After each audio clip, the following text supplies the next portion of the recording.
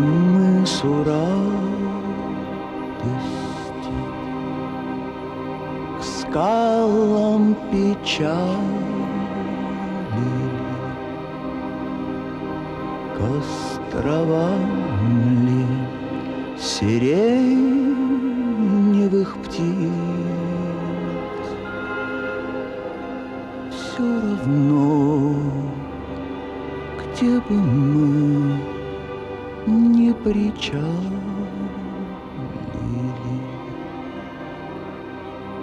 не поднять нам с тобой ресниц.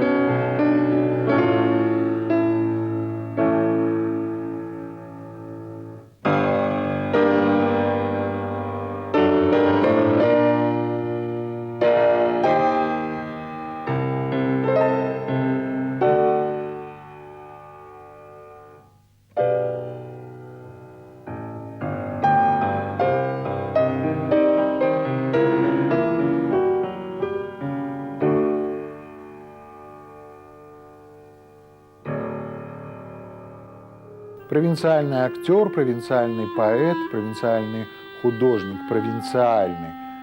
В смысле этого слова есть что-то пренебрежительно-снисходительное, провинциальный. Но что же там может быть хорошего в провинции? Такое мнение бытует и бытовало.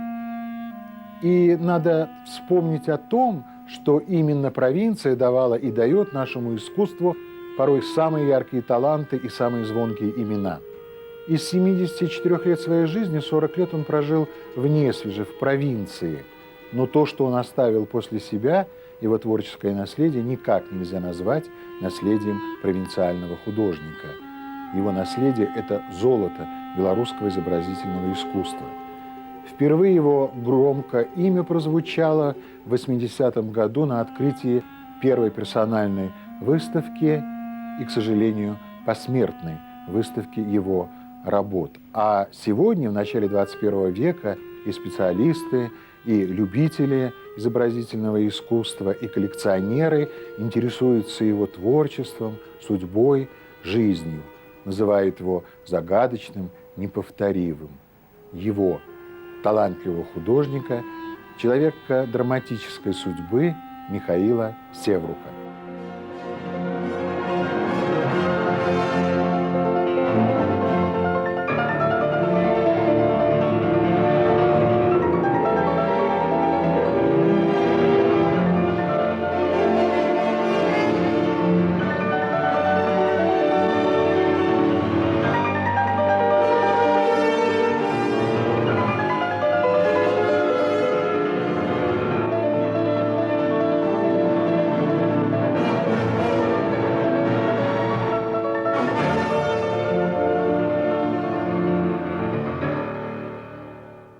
Среди многочисленных сюрпризов, которые принес мне проект «Частная коллекция», открытый в этом году в галерее Щемилева, была выставка Михаила Севрука. Вот в этой подборке, которую мы представили на выставке, прослеживается, кроме очень интересного творческого пути, изменения стиля художника, его каких-то находок и открытий, прослеживается судьба. Этот момент вот для меня открылся, когда я увидела его гравюру 1949 года «Молодой Сталин». Великолепно сделанная гравюра, там очень красивый такой Иосиф Виссарионович, еще молодой, с книжкой в руке, на фоне гор. Видимо, читает стихи, он ведь писал стихи. Зная ситуацию Севрука, человек, который учился в 30-е годы в Вильно, видимо, бывший в самом эпицентре новых веяний в искусстве, а видно, что он очень хорошо знал современное ему искусство того времени, и это отражено в его работах, в его графике, в его живописи.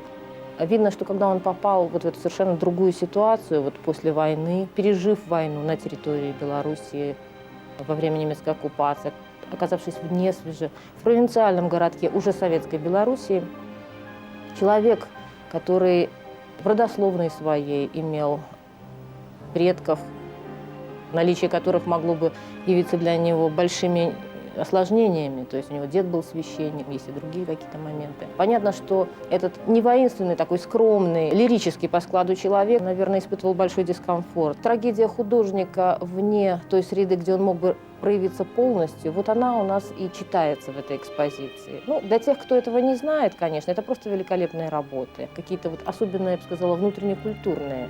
Вот чувствуется, что за этим очень большая внутренняя хорошая планка высокая профессионализма и образования. В этом смысле он такой достаточно исключительный человек.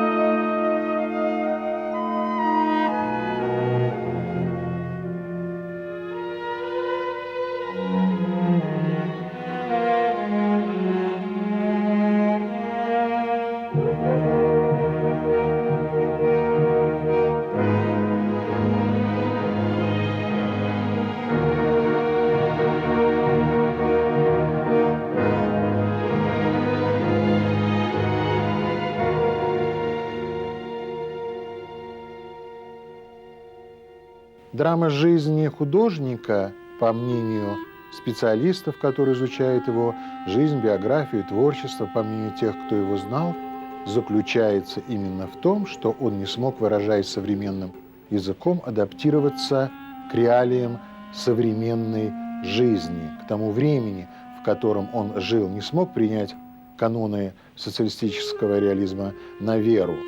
Он блестящий живописец, великолепный рисовальщик, график. Он прекрасно знал все техники гравюры. Он ученик Рушчица и Слиндинского, соратник Петра Сергеевича и Язепа Дроздовича. Он с трудом пробивался через препоны художественных советов, члены которых считали, что его творчество не соответствует требованиям времени. Его главным произведением жизни стало масштабное эпическое полотно «Жатва». Это идея красоты человека на земле, это идея силы духа. Это произведение сравнивают с произведениями итальянских мастеров периода Возрождения. Его основные картины, работы «Лето», «В саду», «Автопортрет», «Жния» и другие. С 1939 года Михаил Константинович Севрук тихо и спокойно живет в Несвеже. Он пишет виды города, занимается графикой, пишет портреты, но он не стал провинциальным художником. Его блестящее образование, его талант, способности, эрудиция не позволили ему стать одним из многих. Он, несмотря ни на что, остался самим собой.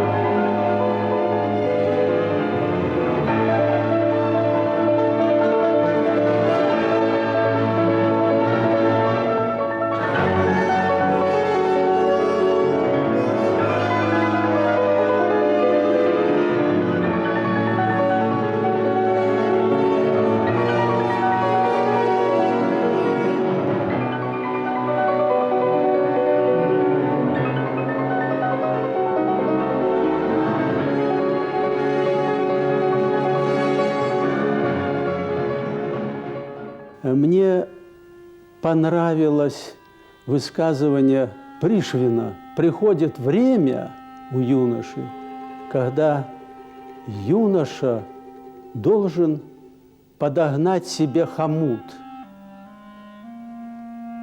чтобы он в жизни потом ему не мулил, не жал, чтобы ему было удобно пройти жизнь с этим хомутом. Так вот, я благодарен Михаилу Константиновичу Севрюку за то, что он помог мне подобрать хомут в жизни. Человек он был очень удивительный. Я не видел, чтобы он на кого-то повысил голос. Он был очень деликатный. В школе он у нас преподавал рисование. Помню случай, мы рисовали голову Донателлы Никола Даудзана. Такой портрет у него есть. И в перерыве мы ее сбросили. Она разбилась на мелкие кусочки. И, вы знаете, он не возмутился. Вот это меня удивило в нем. Для меня было очень большим счастьем, когда Михаил Константинович Севрюк пригласил в свою мастерскую на чай. И когда, я помню, зашел, я ощутил, что такое настоящий художник. Михаил Константинович Севрюк, Алексей Константинович Глебов, Андрей Ануфриевич Бембель – это мои любимые учителя. И когда я молюсь о своих, то я молюсь и о них.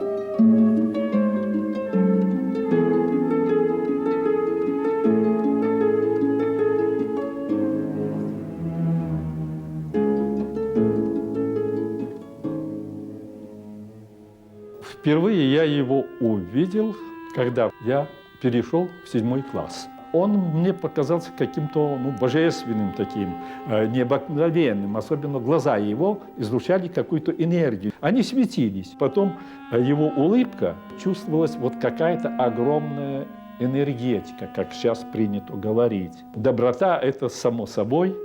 И вот эта необыкновенность его взгляда, его глаз. Он как магнит или как волшебник. Он покорял себя. Вот он мне сразу таким запомнился. И я с ним встретился опять, когда окончил 10 классов. И я поехал к Севруку в Несвиж. Он меня принял. Что тебя привело? Я говорю, я хочу стать художником. 3 недели я у него обучался. Но это я его увидел еще более, он открылся. Он увидел родственную душу, и он мне был и как отец, и как дедушка, и как учитель. Фактически дал мне вот эту уверенность, а это самое главное для молодого художника. Но, правда, сказал, будет у тебя на твоем пути всего, но ты умей все воспринимать положительно. Даже если тебе ругать будут, не обращай внимания. У тебя есть путь, и ты должен идти по этому избранному пути. И вот это как благословение он дал, и оно по сей день. Поэтому он для меня как Бог.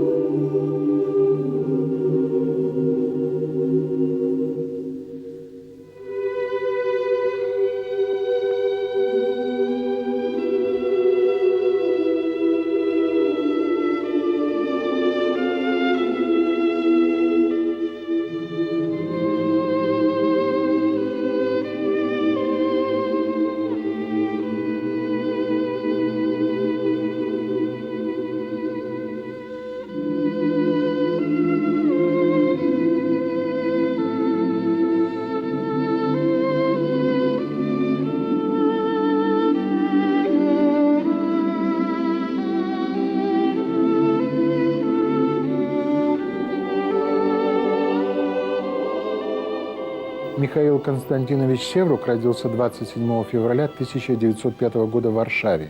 Его отец служил на железной дороге. В 1915 году семья переезжает сначала в Брест, а потом в Москву. Миша учится в одной из гимназий и очень интересуется изобразительным искусством. Он бывает в Третьяковской галерее, и его просто потрясают полотна Левитана, Сурикова, Серова и Репина. И он потом признается, что именно эти мастера оказали на него огромное влияние. Затем семья возвращается из Москвы в Беларусь, в местечко Снов. Миша учится в Несвежской гимназии, а в 1927 году он поступает в Вильнюсский университет, Вильна. А Вильна тогда была центром культуры нескольких, если так можно сказать, народов. Здесь переплелись традиции культур литовцев, поляков, белорусов. Это удивительный город, удивительные педагоги, с которыми пришлось ему общаться и у которых пришлось ему учиться. Это Фердинанд Рушчиц. Он был учеником Куинджи и Шишкина. Это Людвиг Слиндинский, поклонник итальянского возрождения, прекрасный рисовальщик. Это Александр Штурм, последователь французских импрессионистов. Именно эти люди вылепили из Михаила Севрука творческую личность, привили ему прекрасный вкус и наделили его определенными способностями, которые потом выделили его из ряда других художников. Он заканчивает художественное отделение Вильнюсского университета и остается в Вильнюсе. А работы нет, заказов нет. Он пытается что-то делать, он расписывает костелы, он рисует вывески для магазинов и редко пишет портреты. Культурная жизнь в Вильнюсе бурлила, кипела. Он входит в круг очень известных деятелей белорусско-литовской культуры. Он знакомится с Григорием Ширмой, с Михаилом Забейдой-Сунницким, с Максимом Танком. Знакомство с этими людьми было опасно, потому что они все время находились под пристальным вниманием польских властей. В 1937 году ему повезло. Это был звездный час Михаила Севрука, потому что он получил огромный заказ на оформление европейской выставки, промышленной выставки, которая проходила в Вильнюсе. Его произведения экспонировались в Варшаве и в Белостоке. Он оформил книгу «Наши песни» для хора Ширмы. Это было замечательное время. Наступает 1939 год, начало войны, он возвращается в Несвеж и продолжает жить и работать там, переживает там оккупацию. Он остается в Несвеже до конца своих дней. Провинциальный художник Михаил Севрук с блестящими способностями и талантами европейского художника.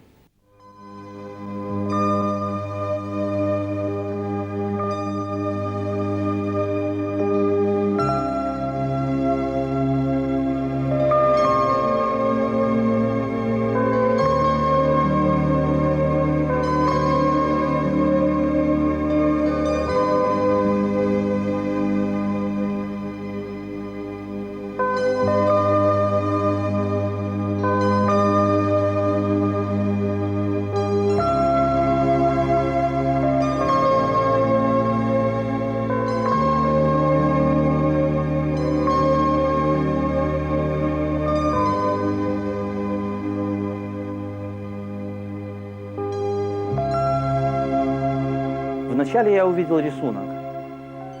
Я никогда не видел такого рисования. Это что-то хрустальное, очень нежное, тонкое. Это было не похоже на то, чему учили нас в институте, то, что мы привыкли видеть. Московская, ленинградская школа. Это было что-то совершенно другое. Это было похоже на Возрождение, это было похоже на Рафаэля. Это было похоже на какие-то тончайшие самаркандские рисунки Фаворского. И оказалось, что Михаил Севрук был блестящим рисовальщиком. Большое количество рисунков. Их очень много в Несвежском музее, их очень много в частных собраниях. Он, оказывается, всю жизнь свою провел с карандашом. В Беларуси как-то это было не совсем принято, рисовальщиков было очень мало. Дальше я увидел живопись.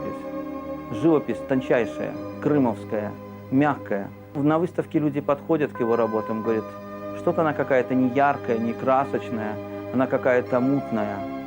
А я вижу в этом пространстве, я вижу в этом воздух. Тончайшие переливы цвета. Это высочайший мастер самого высокого мастерства живописи. Ни одного мазка нету мимо. Это очень красиво. Вот это красиво было что-то не из той школы, в которой мы учились. Красиво – это какая-то другая школа. Виленская школа, оказывается, которую мы очень мало знали. Такое направление в Белоруссии не существовало до него.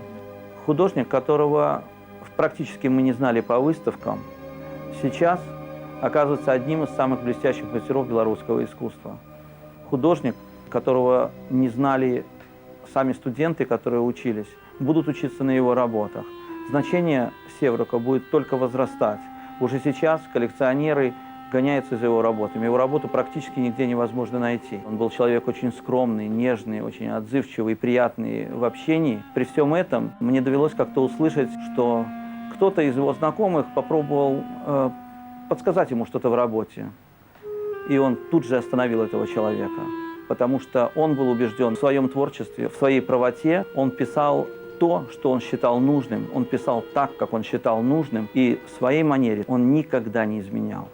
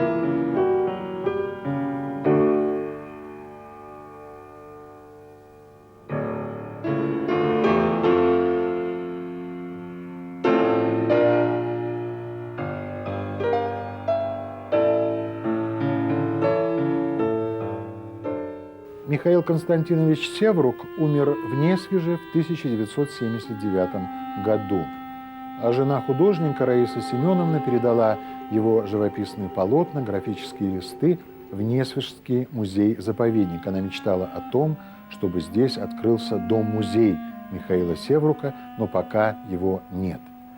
Произведения талантливого живописца и графика в собрании Национального художественного музея, в Несвеже, в музеях Литвы и Польши, а также в частных коллекциях. Конец 70-х.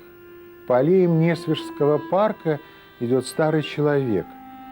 Он гуляет с собакой, старый художник, который знает, что такое настоящее искусство, который знает, как трудно быть настоящим в искусстве. Он много умеет, он талантлив, но он не знает, что пройдет 30 лет, и его вспомнят, и назовут неповторимым, загадочным, и будут сравнивать его с мастерами итальянского возрождения. Он этого не знает, но это так. Он талантливый живописец, человек необычной драматической судьбы Михаил Севрук.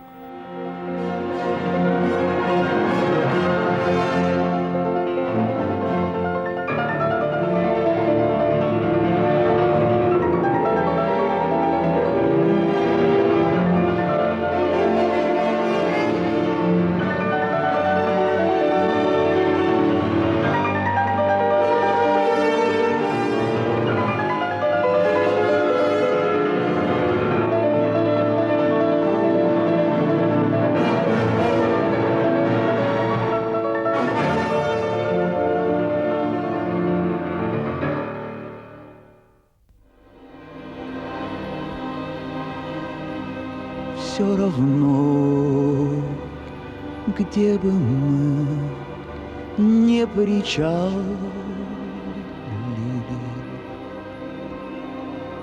к островам ли сиреневых птиц,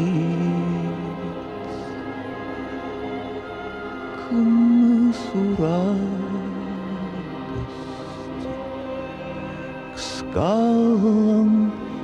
опечалили.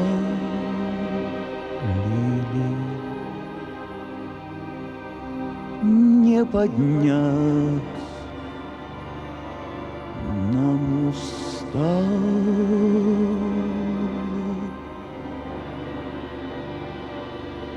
Ресни